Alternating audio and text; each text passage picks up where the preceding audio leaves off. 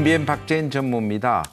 정부가 최근 잇따라 여러 가지 대책을 내놓고 있습니다. 지난 9월 13일 날 그 대출 제한이나 보유세 강화를 골자로 한 9.13 부동산 대책이 나온 지 이제 3주가 되었습니다.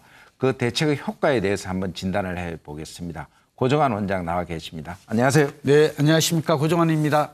그 추석 지나고 뭐 좀 집값 진정 효과가 있습니까? 네, 어느 정도 효과가 나타나고 있네요. 네. 아시다시피 9.13 대책 내용의 핵심은 세금 강화와 대출 억제였죠. 예. 여기다가 이제 9월 21일 발표되었던 이제 말하자면 공급 확대 계획까지 지금 더해진 거거든요. 네. 그러니까 규제 정책에다가 공급 확대 정책. 그동안 이제 이구동성으로 전문가들은 규제 정책의 역설, 규제의 역효과로 오히려 똘똘한 한 채 때문에 서울 집값이 올랐다고 했었잖아요. 네. 근데 실은 집값이 오른 것은 공급 부정 때문인데 규제로만 하는 정책의 효과가 한계가 드러났다 하는 지적이 많았었는데 이렇게 9.13 대책에다가 9.21 대책이 더해지니까 이제 이러한 대책의 효과는 조금 약발이 좀 커질 수 있다. 그리고 네. 두 번째는 9.13 대책의 내용이 예상보다 셌어요. 네. 왜냐하면 다시 좀 얘기되겠습니다만 종부세가 이 최고 세율이 2%에서 3.2. 네. 과거 참여정부 때 3%가 한계였는데 네, 예. 이걸 뛰어넘어요. 네, 그리고 네. 실질적으로는 2배 내지 3배 정도. 그러니까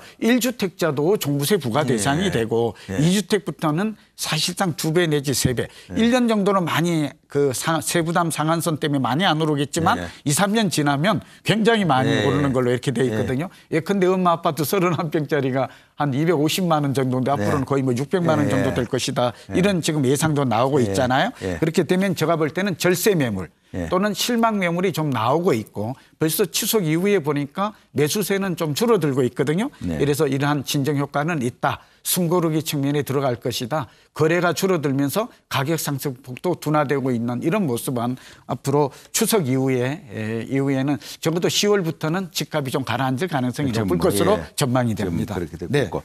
그런 가운데서 사실 이제 무주택자들은 이 뭐 여러 가지 대책들이 나오는데 이 어떻게 해야 되는 건지 좀 불안하기도 하고. 그렇죠. 사야 되는지 어떻게 해야 되는지. 뭐 오늘 우리 박재인의 경제노트에서는 늘 우리가 이제 활용법에 대해서 좀 얘기하잖아요. 맞춤형 좀 설명을 드리죠. 우선 무주택자는 가장 큰 수혜를 봅니다. 이번 대책에도 불구하고 규제 대상에서도 이제 제외되잖아요. 그리고 세금 강화에서도 비켜가고 9억 원 이상만 아니면 이제 그렇게 되기 때문에 그다음에 청약 통장을 이용해서 내 집 마련하기엔 두 가지가 유리해졌어요. 규제도 없을 뿐만 아니라 주변 분양가보다도 저렴한 가격에 분양을 받을 수 있고 청약 제도가 개선이 됐어요. 무주택자가 우선 분양. 그러니까 추첨해서 아주 유리하게 이렇게 바뀌었거든요. 그런 걸 보면 무주택자는 세금이나 대출 규제도 없고 또 청약 기회가 넓어졌다는 점에서 최대의 수혜 계층이니까 잘 활용해야 될 것 같고 저는 적극적으로 신규 분양은 좀 노려보는데 우리가 이제 신도시에도 막 20만 가구가 쏟아지잖아요. 도심에서도 6만 2천 가구가 서울도심 쏟아진다니까 기대해도 좋을 것 같고요. 2주택자는 저는 개인적으로 그냥 보유해도 될 것 같아요. 서울 같은 경우에는. 1주택자는.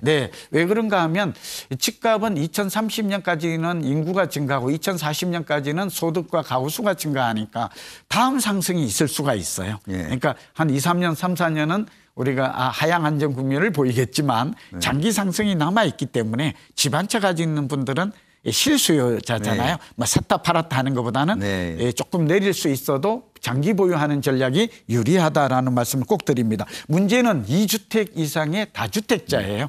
갭 투자자. 그러니까 대출 받았거나 전세 끼고 했던 이런 다주택자분들은 최대 직격탄을 맞아요. 종부세도 늘어나죠. 이제 움직이려면 대출도 안 되죠. 또 집값도 보면 부동산 경기 사이클이 올해가 고점 내지 변곡점이 될 가능성이 많은 걸 감안하면 여러 가지로 분류해. 그래서 제가 조언을 드리면 2주택 이상, 특히 3주택 이상은 기회가 될 때 저는 올 가을부터 내년 봄 사이에 가급적 줄이는 대책을 권하고 싶어요. 지금까지는 제가 임대주택 사업자로 등록하라. 그다음에 증여를 통해서 분산하라. 이런 얘기 했었잖아요. 절세 비법으로. 그러나 이것도 이제 안 통하게 생겼어요.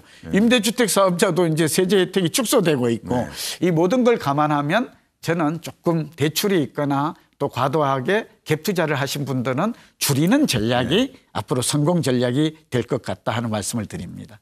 오늘 좋은 말씀 감사합니다. 네, 감사합니다.